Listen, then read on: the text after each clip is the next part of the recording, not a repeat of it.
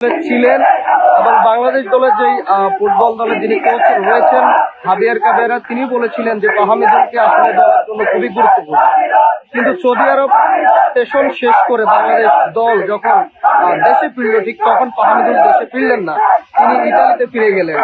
সেই থেকে আসলে ভক্তদের মনে আপনার একটা জিনিস দেখতে হবে যে ফাহমিদুল কোথা থেকে খেলছে। তিনি ইটালিয়ান কালচার একটা প্লেয়ার, তিনি একই সাথে লেফট ব্যাক একটা প্লেয়ারকে আপনি সব জায়গায় খেলাতে পারেন।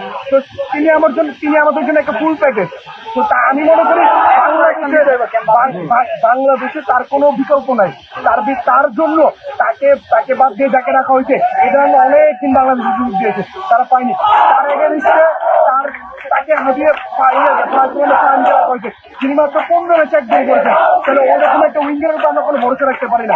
আপনি যদি ফাহমিদুলের পারফরমেন্সটা দেখেন, তার 3টা গোল ছিল, একের অধিক অ্যাসিস্ট ছিল, এরকম একটা প্লেয়ার কিন্তু আমরা চাই। এবং আমরা চাইবো যে বাংলাদেশের মধ্যে ভালো প্লেয়ার ছিল। আজকে যে প্রবাসী, আমরা চাই বাংলাদেশের প্রবাসী আসি। ইন্ডিয়ার সাথে ম্যাচটা রাখতে নাই ফাহমিদুল কোনোভাবে বাদ করার মতো প্লেয়ার না।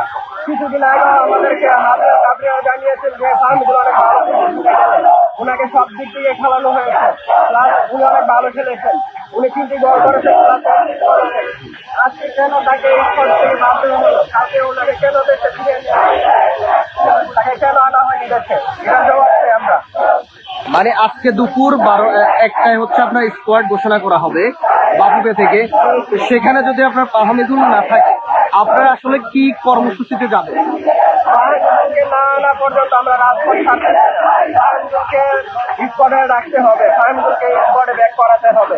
ফাহমিদুল যদি এখন স্কোয়াডে না আছে, তাহলে আগামীতে আমাদের যে বাংলাদেশের বংশোদ্ভূত প্লেয়ার আছে প্রবাসে, তারা আমাদের সাহায্য যাবে না, তারা আগ্রহ দেখাবে না। এখন নাকি 13-14 জন প্লেয়ার আগ্রহ দেখাচ্ছে, পরে তারা কেউ আগ্রহ দেখাবে না।